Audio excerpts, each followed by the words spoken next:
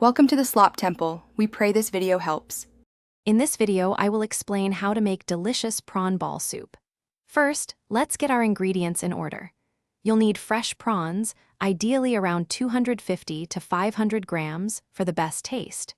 Don't forget your aromatics, like fresh ginger and some vibrant spring onions.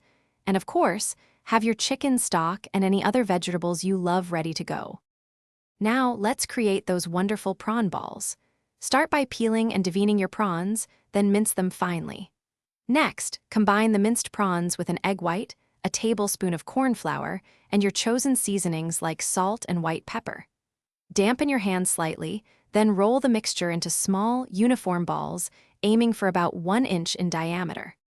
It's time to cook our soup. Begin by bringing your chicken stock to a gentle simmer in a saucepan. Once it's simmering, carefully drop the prawn balls into the broth one by one.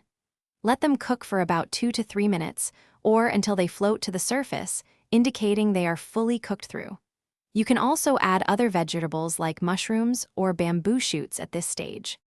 To finish your delicious prawn ball soup, stir in some fresh herbs like cilantro or chopped green onions for a burst of freshness. Taste and adjust the seasoning with salt and pepper as needed to get it just right. Serve your hot soup immediately and enjoy this comforting meal. For staying refreshed, check out the Owala water bottle link in the description, along with other great deals. Thanks for watching. Consider subscribing if we helped you.